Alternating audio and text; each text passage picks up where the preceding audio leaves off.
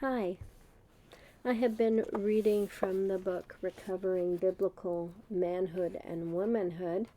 I'm in chapter 18, The Inevitability of Failure, the Assumptions and Implications of Modern Feminism. It is an article by David J Ayers, a professor of sociology. So we've already done 2 videos on his article. This one is talking mostly about education and divorce.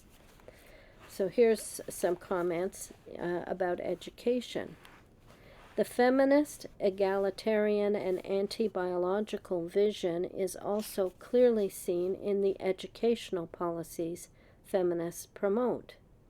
The school system is for them the realm in which their vision for sexuality, family, and career can be transmitted to the next generation, and in which the often conservative influences of home and church can be overcome.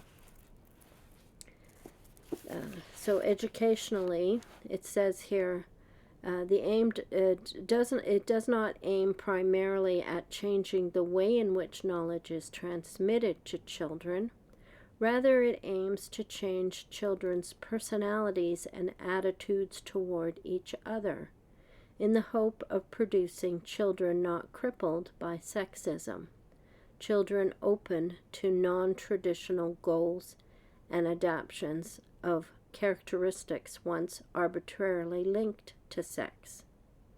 Then it speaks about the test. It says sex differences in SAT and other educational test performance have long reflected well-known biological differences between the sexes, such as the male tendency to be more adept at and interested in the manipulation and observation of objects, and the female tendency to focus on people, or the male tendency to have stronger motor skills and a predisposition towards spatial visualization that provide them an edge in painting and certain branches of music. Overall, as noted in hundreds of studies, and as shown to be universal in cross-cultural studies, men would thus appear on average to be more gifted at perceiving the physical world, and women that of social relations. Based on their anti-biological theory and egalitarian agenda, feminists are forced to deny the validity of those differences in the SAT test results.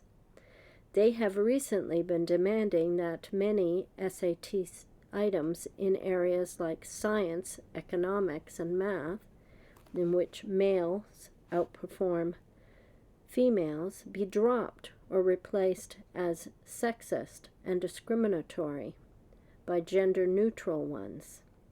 Not only would such manipulation contribute conveniently to feminist censorship of science, by erasing a major indicator of sex differences, it is also silly. Given our strong national need to improve performances in these very subjects in order to compete successfully in our increasingly demanding world economy, it is not at all wise to subject measurement training or recruiting in these areas to the whims of feminist sexual politics. Then he talks about the object of the education promotions of the feminist here, to prepare students ideologically and practically for the feminist world of full egalitarianism at home and work. With this in mind, feminists have demanded and instituted unisex education. This depicts a world in which females and males are equally involved in all activities, from childbearing to the executive suite. It is to be promoted in school texts and classroom, even where such a depiction grossly distorts reality, as in ludicrous attempts to eliminate the disproportionate historical representation of men as leaders in science and politics. Feminist leader Alice Rossi has even demanded that field trips be eliminated or modified, because going out into the community in this way, youngsters would observe men and women in their present occupational roles. The goal is to confront children with the world the feminists believe ought to exist. A senatorial investigation reveals that a committee with the old Federal Department of Health, Education, and Welfare was in the late 1970s reviewing children's books for sexism on the grounds that school books should represent reality, not as it is or was, but as it will be. Such tactics are reminiscent of the Soviet system of brainwashing and censorship. The feminist agenda in the schools is dangerous. It bypasses the role of parents in inculcating values and worldview to children, and often dishonors them and their home by presenting their way of living as backward and unjust. It subverts the goals of education by placing the pursuit of indoctrination higher on the ladder of priorities than the traditional emphasis on the transmission of skills, awareness of reality, and pursuit of truth. And then finally, there's a portion in here about divorce. The feminist revolution has made an incredible contribution to the soaring divorce rate. This is to be predicted given feminists' consistently pessimistic evaluations of marriage. Feminists directly promote eased divorce restrictions, a fact usually ignored in the popular media. Indirectly, the kind of practical, often financial independence fostered in the new woman has been consistently linked to a heightened risk of divorce. This is aggravated further by the amazing fact that after having encouraged easy divorce laws, partly to provide a vehicle of escape from male oppression, denigrating the institution of marriage, feminists consistently stress the need for women to develop the skills and outlook necessary to be able to provide for families on their own. Why? They are likely to have to do so, it is preached, because of the high divorce rate.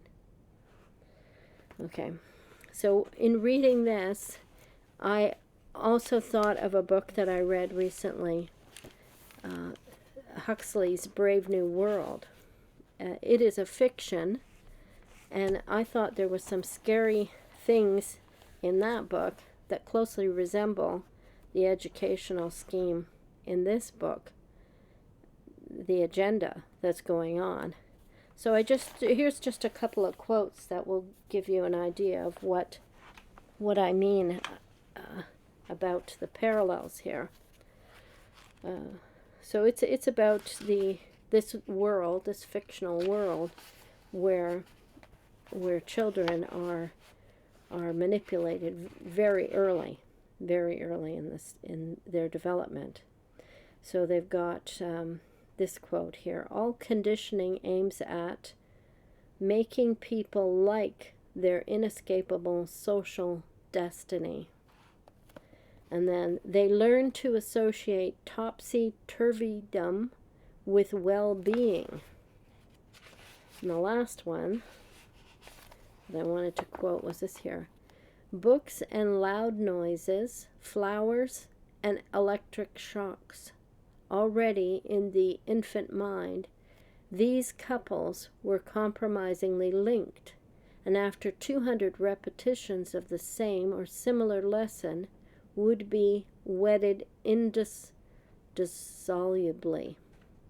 What man has joined, nature is powerless to put asunder.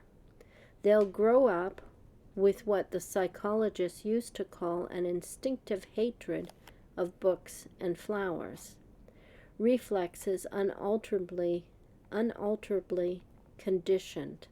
They'll be safe from books and botany all their lives. Primroses and landscape, he pointed out, have one grave defect. They are gratuitous. A love of nature keeps no factories busy. It was decided to abolish the love of nature, at any rate among the lower classes, to abolish the love of nature, but not the tendency to